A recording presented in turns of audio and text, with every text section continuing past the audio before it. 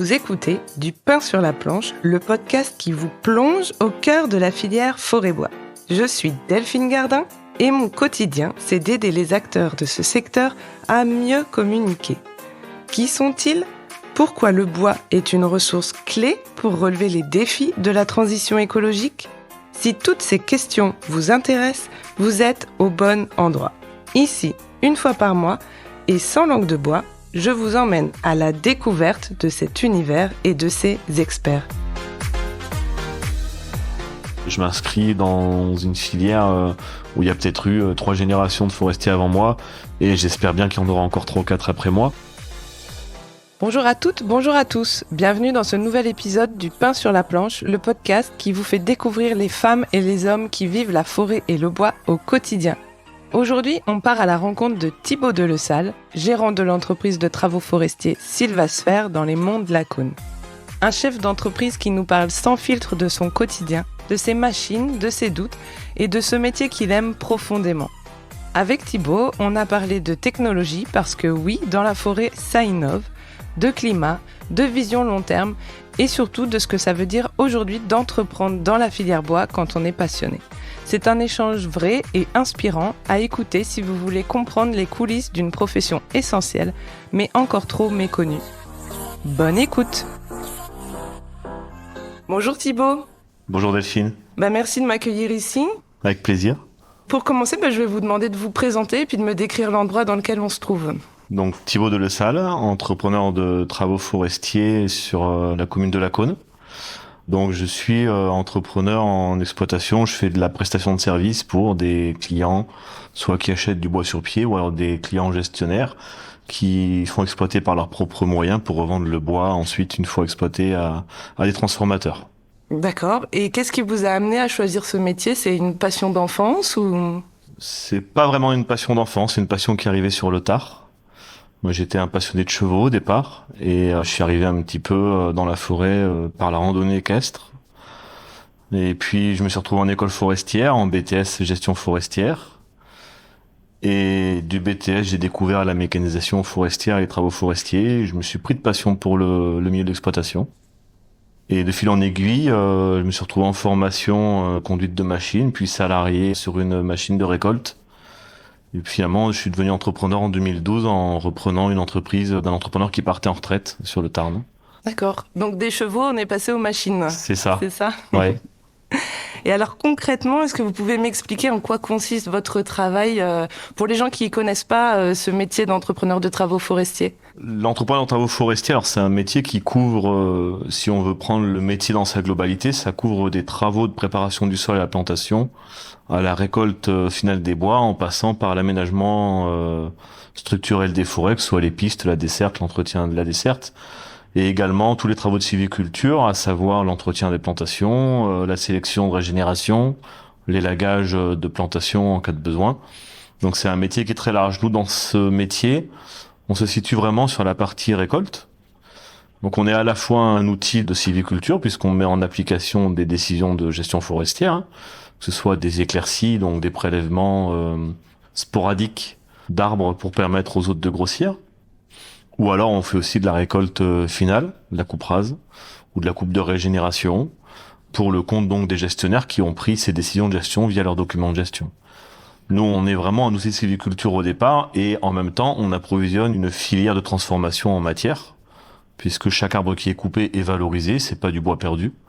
Donc en fait, on fait le lien entre la forêt telle que tout le monde la voit et l'utilisation du bois tel qu'on le connaît dans les maisons ou dans ses autres utilisations. Oui, c'est vrai qu'en venant là, je suis passée sur une route où il y avait un chantier en cours et de part et d'autre de la route, il y avait des coupes rases. Donc je pense qu'on pourra en rediscuter un peu parce que ça suscite quand même pas mal de questions chez les citoyens qui sont légitimes, les questions, mais il y a aussi des explications derrière ces pratiques, j'imagine. Et concrètement, une journée type chez Sylvasphère, ça ressemble à quoi ? Alors Sylvasphère, notre entreprise, donc on est une équipe de 8 personnes, bientôt 9. On a 2 personnes, donc mon épouse et moi-même, sur la partie production et gestion de l'entreprise. On s'articule un petit peu sur les 2 volets. Ensuite, on a 2 personnes sur l'abattage mécanisé, sur la machine de récolte. Nous avons 2 débardeurs, bois court et bois long. Et nous avons ensuite 2 bûcherons, bientôt un 3e qui va arriver en juillet. Donc 2 bûcherons avec un débusqueur. Donc un débusqueur, c'est un gros tracteur à treuil qui, eux, œuvrent davantage dans les pentes, dans les très gros bois, dans les zones un peu particulières. En fait, on peut pas forcément accéder avec le matériel classique. C'est vrai qu'il faut préciser qu'on est dans les monts de la Cône et que c'est pas plat. Ici, c'est pas la Normandie. C'est pas plat, ça penche pas très fort, mais on peut pas dire que ce soit plat. Il y a toujours des particularités, quels que soient les chantiers. Et donc, en fait, la machine de récolte travaille en 2 postes de 8 heures.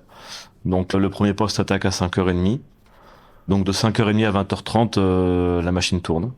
Et ensuite, à 7h30, les autres équipiers rentrent en action. Donc, les débardeurs récupèrent le bois coupé sur les chantiers. Ce sont des gros tracteurs 8 roues motrices qui ramassent le bois à l'aide d'une grue, qui le chargent dans des berces, dans un panier, et après qui l'empilent au bord de la route par tri de qualité. Donc eux font ça, et ensuite on a les bûcherons qui préparent en amont, avant l'arrivée de la machine, les chantiers à venir, avec le câble. Comme ça, quand on arrive avec la machine de récolte, on est déjà productif, même dans les zones délicates. D'accord. Et alors ces machines, notamment la machine d'abattage, j'imagine que c'est un sacré investissement. Ouais, ce sont des machines aujourd'hui qui coûtent, allez, on va dire pour les plus petites, autour de 620 000 euros hors taxe. Tous les prix qu'on va exprimer sont hors taxe. Et pour les plus grosses, les mieux équipées, on est au-delà de 650 000. D'accord, oui. D'où en fait l'importance de la faire tourner en 2 postes de 8 heures, en 2-8. Oui. Et moi, ce que j'aimerais bien comprendre, c'est est-ce qu'aujourd'hui, une entreprise de travaux forestières, elle peut pas se passer d'une machine d'abattage? Est-ce que ça vient remplacer les bûcherons manuels ou est-ce que c'est complémentaire?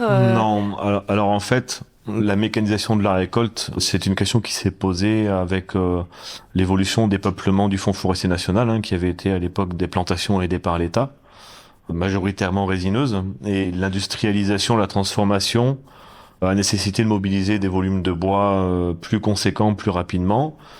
Parallèlement, les bûcherons, on en a eu de moins en moins. C'est un métier qui est quand même particulièrement difficile. Il faut s'imaginer que là, on est au mois de mars.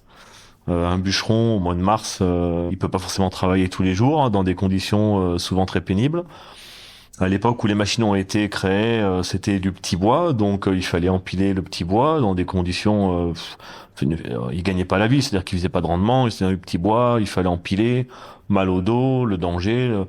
Et donc les différents pays européens, donc ça a été d'une part les Scandinaves, les Français ont essayé aussi de concevoir des machines qui n'ont pas toujours été très performantes. On a créé des machines de récolte de bois. À la base, qui ne faisaient que abattre ou que façonner les billons. Et puis petit à petit, on est arrivé sur des machines combinées dans les années fin des années 80, début des années 90. Et ça s'est réellement développé en France quand il y a eu les tempêtes de 99, Lothar et Martin, où là, on a atteint des taux de mécanisation dans certaines régions qui étaient autour de 60-70%, ce qui était déjà énorme au début des années 2000. Et petit à petit, finalement, les machines d'abattage ont pris de plus en plus de place, se sont mises à faire des bois de plus en plus gros. Et contrairement à ce qu'on pourrait croire, c'est pas forcément au détriment des bûcherons, c'est juste qu'il a fallu aussi pallier à la pénibilité d'un métier qui n'attirait plus, qui ne créait plus de vocation. Et aujourd'hui, finalement, les bûcherons qu'on a, souvent, sont là pour faire ou la très belle qualité, ou les gros bois dans les pentes qu'on peut pas forcément faire à la machine. Et ça amène un plus, parce que finalement, on arrive à un travail beaucoup plus fin sur certaines zones au bûcheronnage. C'est pas inintéressant de travailler de cette manière-là. Mais les machines sont venues pallier un manque. Et elles répondent parallèlement à un besoin croissant de l'industrie du bois, parce qu'il faut quand même pas être hypocrite. On est là pour produire une matière première. Une industrie du bois qui se développe. On a des besoins en bois qui sont croissants. Ça va du papier pour écrire au papier hygiénique, en passant par l'ameublement, la construction, l'emballage. On est dans un monde qui en consomme de plus en plus et qui est très demandeur de cette matière-là. Oui, surtout si on veut continuer à décarboner l'économie et le secteur de la construction, il va falloir quand même produire du bois et l'utiliser dans les bâtiments. Disons qu'on peut quand même légitimement mettre en avant le bois dans la mesure où, contrairement aux autres matériaux, on est sur une matière renouvelable. Alors certes, c'est parfois long, mais ça reste une matière renouvelable. On est sur une matière qui mécaniquement apporte énormément de bénéfices en termes de souplesse et d'élasticité, de capacité de de portée de charpente, de construction, de beauté aussi, parce que c'est quand même un matériau qui est très beau, très chaud. C'est un matériau qui est bourré d'avantages, que ce soit mécaniquement, que ce soit esthétiquement, que ce soit écologiquement. Qu'est-ce qu'on préfère? Est-ce qu'on préfère travailler un arbre qui repoussera ou creuser des sablières et faire du béton avec des sablières qu'on sort des rivières, quoi? Ouais. C'est une question qu'on peut se poser légitimement. On se pose plus la question. Et on se pose plus la question finalement. Et alors, comment vous savez, quand vous êtes en parcelle, enfin en forêt, je veux dire, quel arbre il faut couper et quel arbre on laisse sur place? Est-ce que c'est vous qui décidez? Est-ce que c'est des ordres que vous avez reçus des propriétaires? Voilà, comment ça fonctionne? On a la chance d'être dans un pays où la gestion est très encadrée. On ne fait pas ce qu'on veut. Toutes les forêts, en tout cas la plupart, sont quand même soumises à des documents de gestion. Mhm. Donc on est là pour répondre à des exigences qui sont imposées par des gestionnaires forestiers, que ce soit des gestionnaires privés ou publics, peu importe. Donc ça, c'est les experts, les coopératives, les l'ONF. coopératives, les gestionnaires publics, donc l'ONF, les gestionnaires de la Caisse des dépôts et consignations, toutes ces personnes qui sont en charge de rédiger les documents de gestion et de les faire appliquer, qui vont identifier, alors la plupart du temps, ils identifient eux-mêmes les arbres qu'ils ont inventoriés au préalable, qu'il faut couper, ou délimiter les coupes si c'est une grande coupe de récolte ou coupe de régénération. Et donc dans ce cas-là, les arbres, ils sont marqués? Ouais, ils sont marqués D'accord. ou au marteau ou à la bombe. D'accord. Parfois, dans les arbres, dans les peuplements de moindre valeur, on peut être amené à avoir une autodétermination des tiges à prélever. En éclaircie, ça devient de plus en plus rare parce qu'on a des forêts qui commencent à arriver un peu à maturité. Et aujourd'hui, les gestionnaires préfèrent se laisser le choix du prélèvement. Et ces forêts des Monts de la Cône, donc vous travaillez principalement Ouais. ici, à quoi elles ressemblent? On est sur de la forêt qui ressemble typiquement à la forêt française dans son ensemble. Est-ce que finalement on a les mêmes proportions, hein? On est sur des forêts qui sont à 2 tiers composées de feuillus et 1 tiers de résineux. C'est de la forêt qui est vallonnée. On est sur de la forêt de moyenne montagne, hein, puisque la Cône c'est à peu près à 900 mètres d'altitude. On a des cols à 1000 mètres, on a quelques hauteurs un peu au-dessus. Donc le feuillu, on est majoritairement sur des peuplements de hêtres. Et le résineux, ce sont des plantations issues donc du Fonds forestier national, comme j'expliquais tout à l'heure, qui sont donc composées, alors c'était composé majoritairement d'épicéas et de Douglas. L'épicéa tend à disparaître pour des problématiques sanitaires. Mhm. Il reste quand même beaucoup de Douglas, il y a un petit peu de pin, il y a un petit peu de mélèze, et aujourd'hui on part sur des peuplements qui sont peut-être plus adaptés au changement climatique, plus de pin, un petit peu de cèdre, davantage de feuillus. Il y a une diversité qui va commencer à s'installer. Et ces bois que vous coupez, donc vous coupez principalement les résineux, Ouais, nous on fait 90% de bois résineux. Ouais. et vous savez après à qui, vous savez à qui vous les vendez, mais surtout comment ils vont être transformés, à quoi ils vont servir. Alors nous, pour préciser, on ne vend pas le bois, hein, on travaille qu'en prestation. Ouais, c'est vrai. Et donc à 80%, ils seront transformés pour la construction, quoi. Voilà. Moi, j'avais envie de savoir qu'est-ce qui vous motive au quotidien. C'est quoi en fait ce qui vous donne envie d'aller travailler tous les jours? Alors, moi, je suis un passionné de mon milieu de travail. Je suis un amoureux de la forêt. Et ce qui me motive, c'est déjà, on a un bureau qui change toutes les semaines, hein, perpétuellement. Et même quand on revient dans les mêmes endroits, on s'aperçoit que ça a changé depuis la dernière fois. Ce qui me motive, c'est de travailler dans un cadre qui est magnifique, dans un environnement qui me plaît. Parfois, les journées sont rudes, le climat est rude, mais finalement, c'est bien. Ça remet aussi un peu à sa place. Je suis aussi motivé de travailler avec les gens avec lesquels je travaille. On a une équipe qui est formidable. Et je tiens à les remercier, à leur rendre hommage là, parce que c'est pas toujours facile. Et c'est une belle équipe, donc c'est très motivant. Donc le cadre, le matériel, on a des clients qui sont assez exceptionnels. On a des clients qui ont un vrai sens forestier aussi, et c'est important. Je pense que travailler avec des gens qui souhaitent aller dans la même direction que soi, c'est quand même essentiel. Et donc, l'ensemble de ces choses-là fait que je peux pas me lasser de mon métier, en fait. Ouais, c'est super. Et les clients, vous l'avez dit, donc c'est l'ONF et la Caisse des dépôts principalement. Alors, on travaille pour 3 clients principaux qui sont l'ONF du Tarn, la société forestière de la Caisse des dépôts, donc qui est une filiale de la Caisse des dépôts et consignations. Peut-être qu'on peut expliquer ce que c'est que la Caisse des dépôts. Je sais pas si tout le monde connaît. Ouais, alors je suis pas un spécialiste, mais la Caisse des dépôts, en gros, c'est la trésorerie de l'État. C'est un organisme qui gère à la fois nos livrets A, à la fois certaines caisses de retraite, certaines caisses d'assurance. C'est une institution de trésorerie de l'État, hein, voilà. Et il se trouve qu'ils ont une obligation de diversifier leur emplacement, et donc ils ont une partie de leur placement en forêt. Et généralement de la très belle forêt. Voilà. Donc ça, c'est notre second gros client. Et ensuite, on a un gros client qui est le groupe Piftofarge, qui est donc spécialiste du sciage pour la construction. Notamment en Douglas, on travaille beaucoup pour la scierie Farge de Corrèze, qui achète beaucoup de bois ici, et qui fait essentiellement du bois pour la construction. D'accord. Lames de terrasse, bardage, charpente. Et vous m'avez expliqué qu'en fait, le travail avec eux, vous mettez dans une vraie dynamique de gestion durable. Oui. Est-ce que vous pouvez m'expliquer vraiment comment ça se traduit sur le terrain De fait, l'ONF, ça se traduit dans la mesure où ce sont des gens qui ont déjà une politique de gestion durable en interne, via PEFC, et puis c'est quand même, ils ont une gestion en bon père de famille, comme on dit. Ils ont des forêts très diversifiées, ils ont des objectifs à très long terme. Ce sont des gens qui ont une visibilité de la gestion forestière qui est sur une échelle de temps un petit peu différente de beaucoup de gestionnaires privés. La Caisse des dépôts et consignations, c'est pareil, on a une gestion, même si c'est un organisme de placement, ils ont quand même des gestionnaires qui sont très attachés à leur patrimoine forestier, qui font très attention à ce qu'ils font, et aujourd'hui, d'ailleurs, la société forestière s'est faite certifier FSC dernièrement. Donc je pense que cette démarche-là, elle est quand même importante. Et aujourd'hui, on le retrouve dans leur manière de gérer les chantiers, dans la surface des coupes réalisées, dans les choix de gestion à long terme, dans les choix de plantation. On retrouve réellement cette notion-là. Et après, la scierie Farge, eux s'intègrent dans la gestion durable de manière directe et indirecte, dans la mesure où on travaille pas sur des forêts qui leur appartiennent directement, mais néanmoins dans leur politique et dans les pratiques qu'on a avec eux, on est dans une politique de gestion durable, effectivement.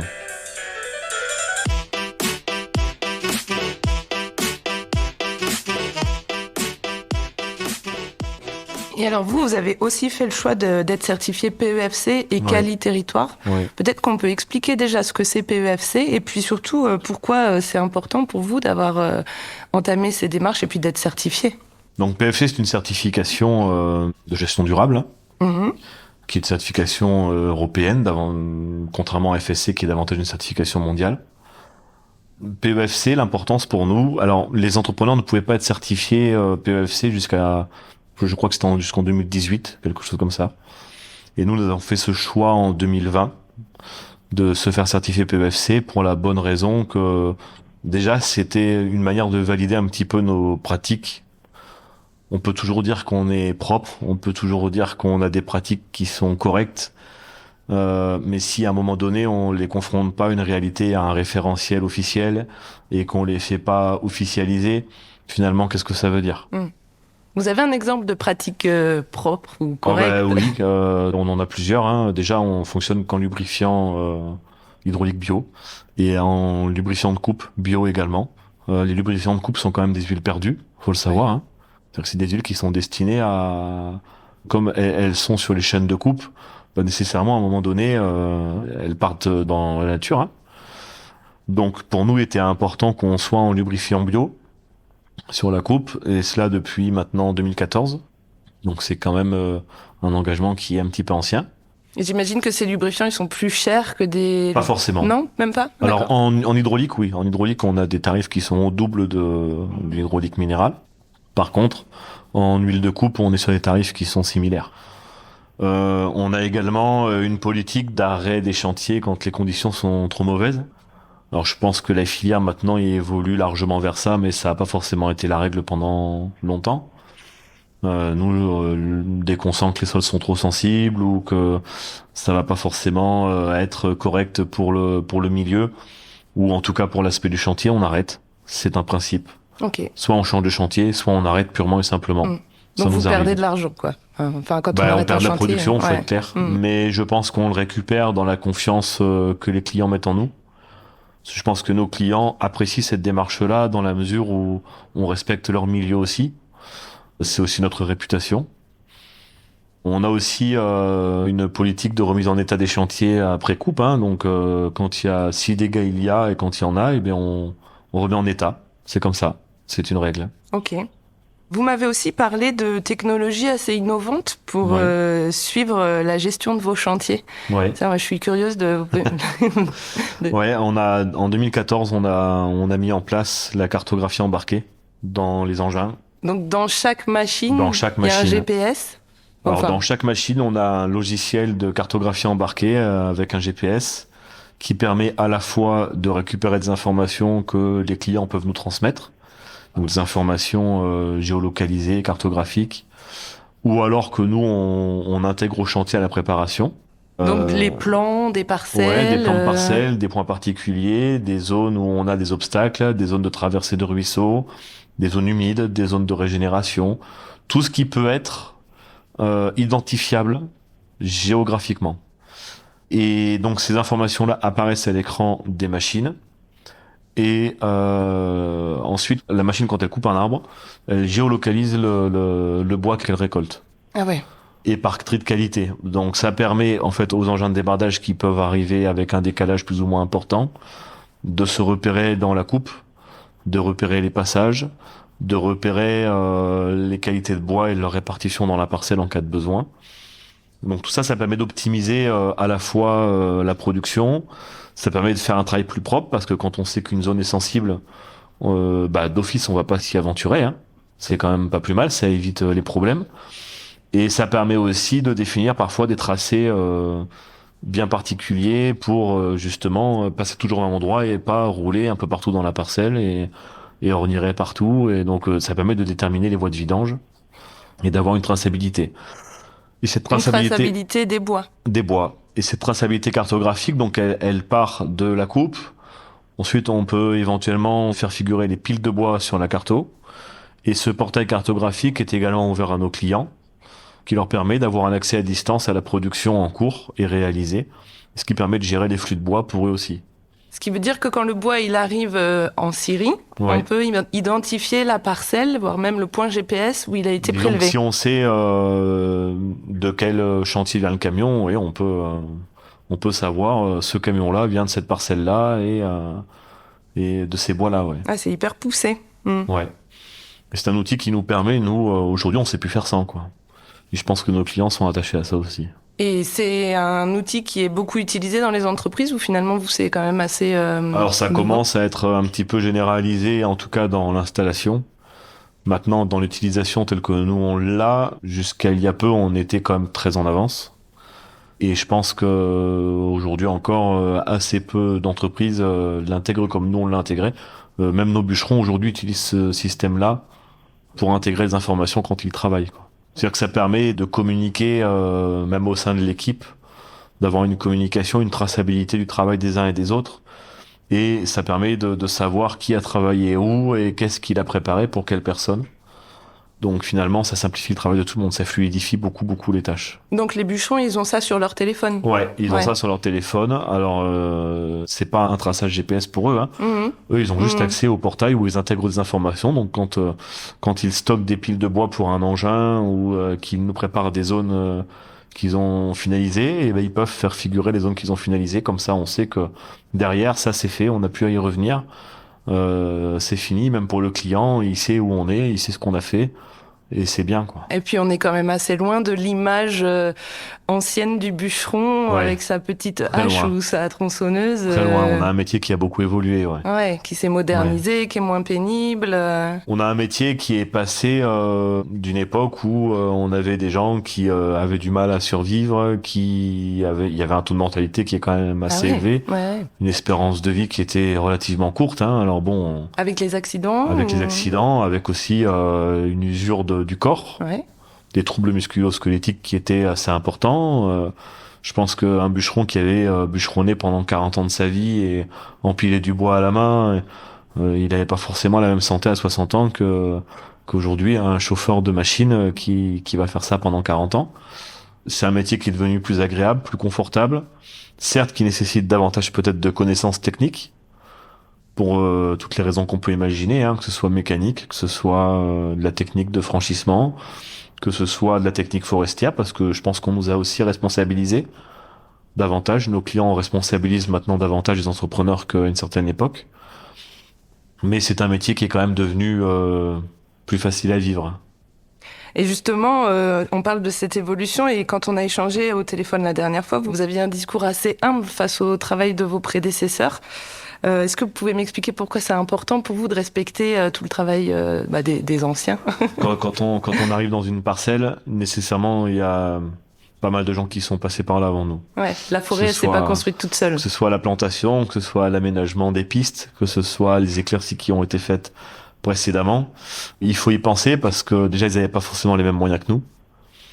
Et ce qu'ils ont fait, si on arrive encore à y travailler, c'est qu'ils l'ont bien fait. Et il faut le respecter. Je pense que c'est un métier où on s'inscrit dans le temps long. On s'inscrit dans une durée qui nous dépasse complètement. Moi, je sais que notre milieu de travail me dépasse complètement. Pourquoi? Mais parce qu'en fait, je m'inscris dans une filière où il y a peut-être eu 3 générations de forestiers avant moi, et j'espère bien qu'il y en aura encore 3 ou 4 après moi. Mm-hmm. Et donc en fait, il y a la relève. J'espère qu'il y a la relève. En tout cas, dans notre équipe, elle y est. Ok. Mais c'est quand même une vision assez vertigineuse de se dire que on verra pas forcément le fruit de son travail. Ouais. Le cycle de vie d'une forêt ou d'un arbre, c'est combien d'années? Ça dépend. Dans le feuillu, je pense qu'on peut parler en plusieurs siècles, 200, 250 ans.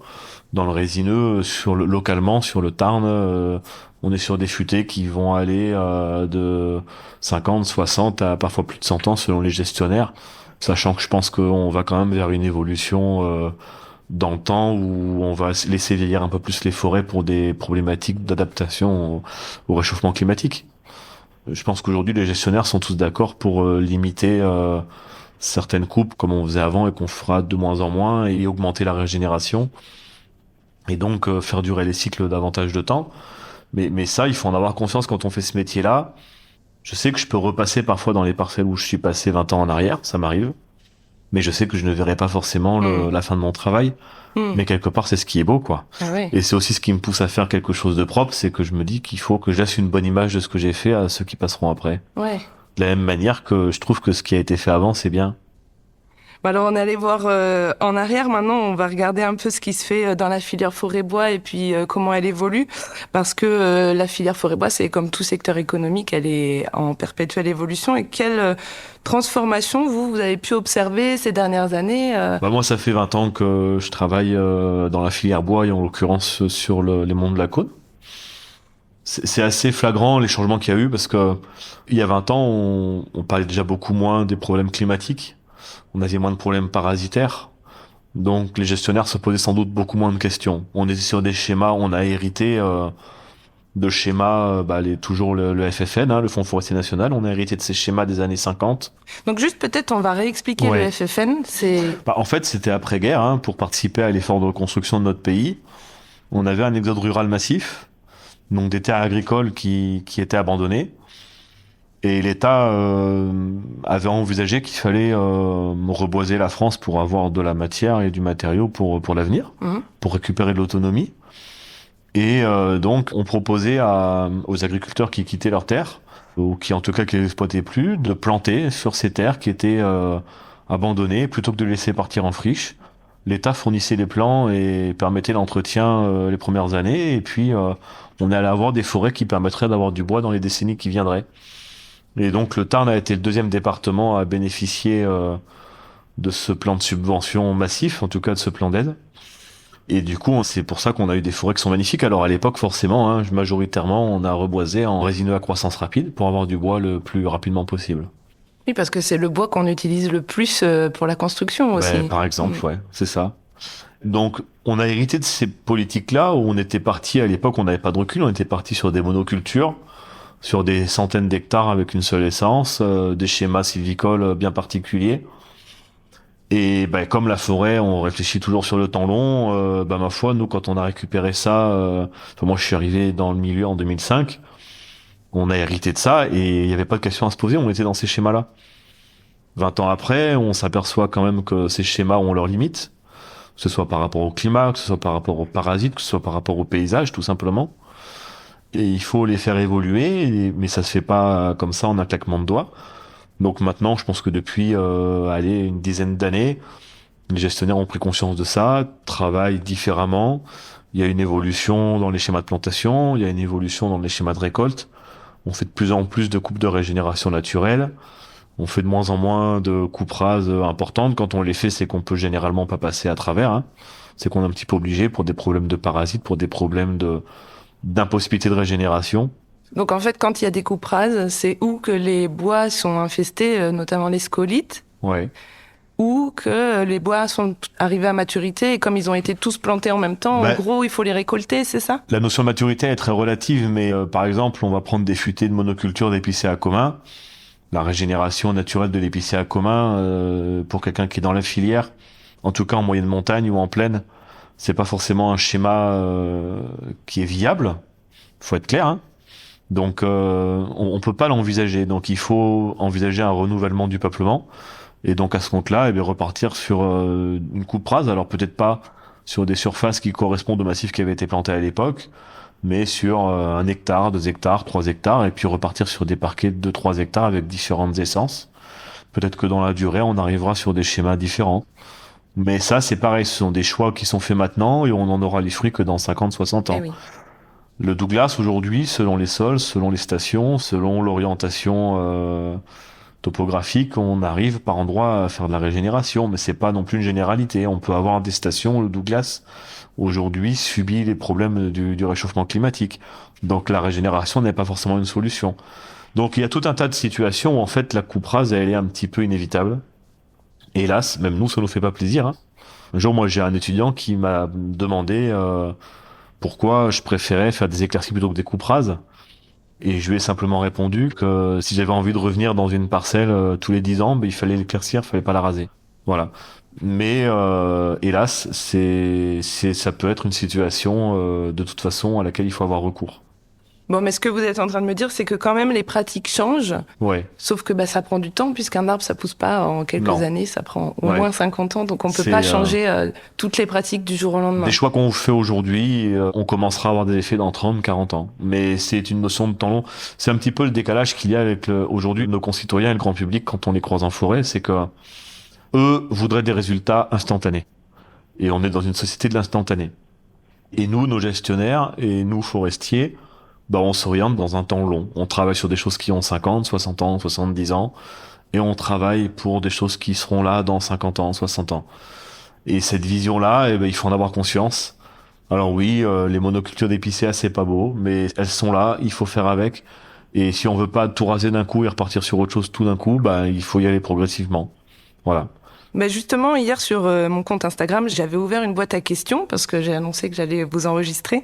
Et il y a une personne qui a demandé si vous rencontrez souvent des personnes réfractaires au prélèvement de bois quand vous êtes, quand vous travaillez. Ouais, ça arrive.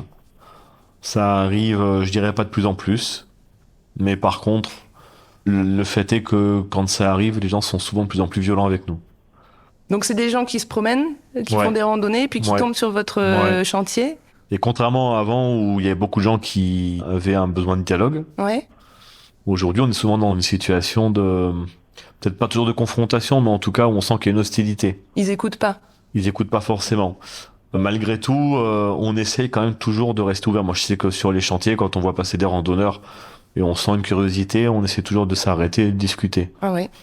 Je pense que ça fait partie de aujourd'hui de notre métier. La communication, c'est devenu un petit peu indispensable. Alors ça, c'est pas moi qui vais vous dire le contraire. Ouais, on reste en fait, on est une vitrine, hein, pour notre métier. C'est-à-dire que même si notre travail est là pour les scieurs, pour les gestionnaires, finalement, ce qu'on voit au bord des routes, c'est des tas de bois et des machines. Ouais, c'est clair. Alors, il y a ces personnes qu'on peut rencontrer sur les chantiers qui sont gérables, si je peux dire. Ouais. Par contre, vous m'avez raconté des faits qui sont beaucoup moins entendables, qui se sont passés il y a quelques années. Ouais. On a eu du vandalisme, que ce soit de la casse pure et dure, du caillassage, Des machines. Ouais, des machines, ouais. En activité ou... Non, sur les temps d'arrêt, on a eu des vols, ouais, des dégradations. Donc, on a mis en place des systèmes de télésurveillance. C'est dommage d'en arriver là. Moi, j'ai des confrères qui ont carrément eu des machines incendiées. Oui, ça c'était dans le Limousin, il me semble. Ouais, mais même dans le secteur ici, Ah on oui, en a même. eu, hein, il y a un peu plus longtemps. Et c'est des choses qui sont inadmissibles. Il faut quand même que les gens se rendent compte que nous ne sommes pas des grosses entreprises, et quand bien même on serait des grosses entreprises, je pense que c'est pas possible en fait. On se lève pas le matin pour voir son matériel détruit et l'investissement d'une vie qui part en fumée ou qui est abîmée, quoi. Ça fait toujours mal au cœur, ça arrache le cœur. Nous, on fait ce métier parce qu'on l'aime, on travaille dans un milieu qu'on aime, on prend soin de ce milieu. Je pense qu'aucun forestier n'est là pour anéantir le milieu dans lequel il travaille, et il fera vivre les générations d'après. C'est pas après nous le déluge, et donc on peut pas admettre de se faire dégrader le matériel comme c'est le cas aujourd'hui. Et même de subir des insultes, c'est tellement dégradant pour nous de se faire insulter et d'avoir ce problème de reconnaissance en fait. Ouais, je comprends. C'est-à-dire que chacun utilise du bois chez lui sans forcément se rendre compte, et oublie un petit peu que entre chez lui et la forêt, il y a un lien, et ce lien, c'est nous. Et là, dans ce cas-là, vous avez porté plainte? Vous avez retrouvé les gens? Vous Non, avez pu discuter avec eux, peut-être ou... Dépôt de plainte, classé sans suite. Classé sans suite. Ouais, alors je suis désolé de dire ça, mais c'est assez systématique. Aujourd'hui, il y a zéro enquête. C'est-à-dire qu'on voit arriver les forces de l'ordre, qui sont là parce qu'il faut être là. Il y a un dépôt de plainte qui est fait parce qu'il faut le faire. Et en fait, il y a jamais de suite. Ouais, c'est assez Et malheureux. ça, c'est assez malheureux parce que ça a quand même des incidences fortes, sachant que les assurances ont de plus en plus de mal aussi à prendre en charge cette délinquance. Et donc, en fait, c'est fait en toute impunité, quoi.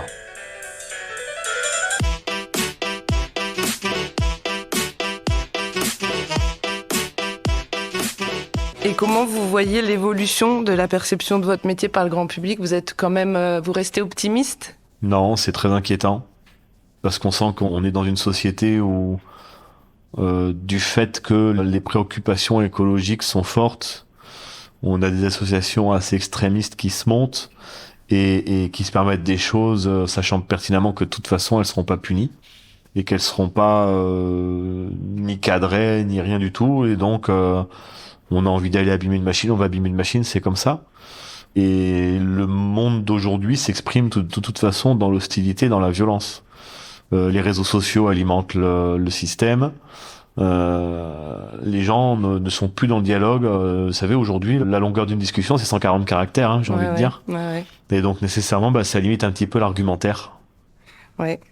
Ouais, mais je pense aussi qu'il faut se saisir justement de cette opportunité des réseaux sociaux. Moi, je fais souvent la comparaison avec l'agriculture et tout ce qu'il y a eu, l'agribashing, il y a une quinzaine d'années.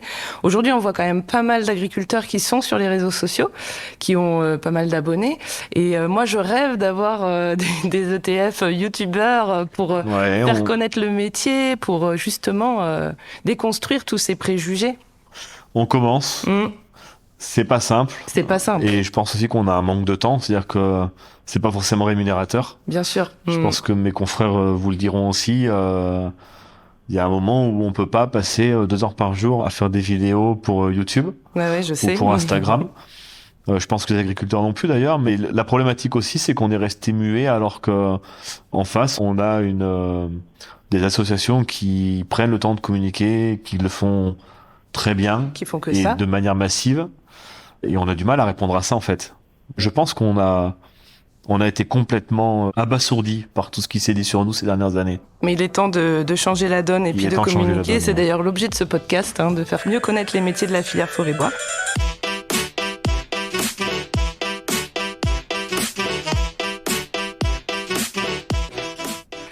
Et d'ailleurs, si aujourd'hui on veut devenir conducteur d'engins forestiers, où est-ce qu'on peut se former? Alors dans le Tarn ou ailleurs, mais... Dans le Tarn, on a une école forestière, l'école de Saint-Amand, le lycée André Alquier, qui est une école qui va former du CAPA jusqu'au BTS, gestion forestière, en passant par le bac pro. Dernièrement, cette école s'est équipée de simulateurs, en plus de simulateurs dernière technologie, donc vraiment des beaux outils. Et sont en train de voir pour mettre en place des options ou des formations qui correspondent à nos métiers. C'est une école qui attire du monde ou... Ouais, alors aujourd'hui, c'est pas une grande école, hein, c'est une école où il y a 200 ou 250 élèves, mais elle a son succès. Je pense qu'on a la chance d'avoir un établissement scolaire dans le département. Mais aujourd'hui, hélas, pour plusieurs raisons, elle répond pas forcément à tous les besoins qu'on aurait.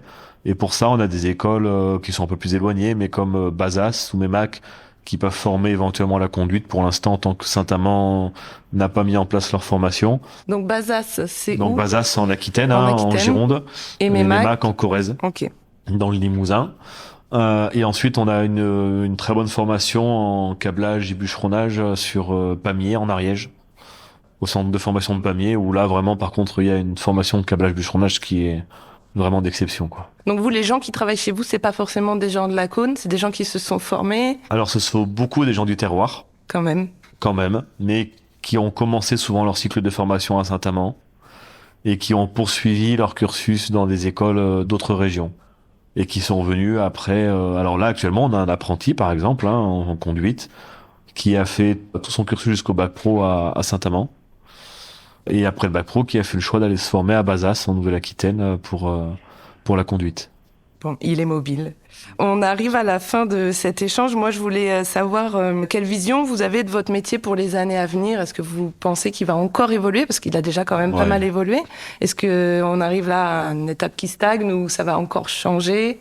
Alors, c'est compliqué de savoir. On n'est pas dans l'avenir. Mais on a un métier, je pense, qui est de plus en plus passionnant parce qu'aujourd'hui, on a une forêt qui évolue. Alors certes, elle souffre par moments. Mais je pense que la filière fait ce qu'il faut pour que quand même elle reste magnifique. Et nous, on a un métier qui évolue bien, dans la mesure où on est passé d'un métier qui était uniquement destiné à la production de matière il y a 20 ans en arrière, à aujourd'hui un métier qui est plus tourné vers la sylviculture et la forêt de demain. Donc ça, c'est quand même très encourageant. Et je pense que de plus, on a des chauffeurs, des entrepreneurs, des salariés qui sont de mieux en mieux formés et qui arrivent vraiment de plus en plus là par passion. Donc je pense que quand on travaille avec des passionnés, il n'y a pas de problème, la forêt, elle sera très belle demain. Bon, c'est rassurant. Ouais. Et moi, j'ai l'habitude de terminer ces entretiens par une question signature qui est sans langue de bois. Quel est le plus gros cliché sur votre métier et surtout, en quoi il est faux? Ouais, il y en a. C'est compliqué, il y en a tellement sur notre métier. Alors c'est marrant, quand j'avais eu cette question, il y a deux réflexions qui me sont venues vraiment comme ça à l'esprit. La première, c'est qu'on prend toujours les entrepreneurs, les bûcherons et les chauffeurs pour des décérébrés. Alors qu'en réalité, on a souvent affaire à des gens qui ont fait des études, comme moi qui ai fait un BTS en gestion forestière par exemple. On a souvent affaire à des gens qui ont une culture forestière qui est assez énorme et une passion. Donc ce sont loin d'être des décérébrés. Et la seconde réflexion, et ça aujourd'hui on l'entend beaucoup, c'est qu'on est juste là pour couper du bois pour l'argent et puis c'est tout. Et alors qu'en fait, je pense que notre entretien l'a bien reflété. On est là pour s'inscrire dans une durée et en fait on est juste dans une filière. Il y a eu des gens avant, il y aura des gens après. On travaille pour eux. Bien sûr qu'il faut vivre. Il y a une réalité économique qu'il faut pas la nier. Pour tout le monde. Pour tout le monde, surtout en ce moment. Mais l'amour de la forêt, il est primordial, quoi. Bon, c'est super. Ben, merci beaucoup Thibaut pour cet échange. Merci Delphine d'avoir pris le temps de me poser toutes ces questions. Ah ben, c'est vraiment un plaisir. Si on veut vous suivre, vous avez des réseaux sociaux, un site internet? Ouais, bon, alors site internet non, j'ai une page Instagram à mon nom. Donc avec, Thibaut Delessal. C'est ça, Thibaut Delessal. Et ensuite sur LinkedIn, je suis présent, je communique pas forcément beaucoup. Mais j'espère que c'est toujours à bon escient. En tout cas, on a une page de l'entreprise qui permet de voir un petit peu nos activités et qui peut peut-être donner envie aux jeunes de faire ce métier parce que l'idée de ces réseaux sociaux, c'est pas forcément de trouver davantage de clients, mais c'est aussi de transmettre l'amour du métier aux jeunes et de leur donner envie de se tourner vers nous, quoi. Oui, moi je suis allée voir, ça donne envie. En tout cas, vous partagez des belles photos sur Instagram. Continuez. Merci. Merci beaucoup Thibaut. Merci Delphine. Vous venez d'écouter Du pain sur la planche, le podcast. Un grand merci à mon invité pour son temps et son témoignage. Si vous aimez cet épisode, aidez-moi à le faire connaître. N'hésitez pas à mettre des étoiles ou des commentaires sur vos plateformes d'écoute préférées. Et si vous voulez en savoir plus, ça se passe sur Instagram. Rendez-vous sur mon compte Delphine Gardin. À bientôt!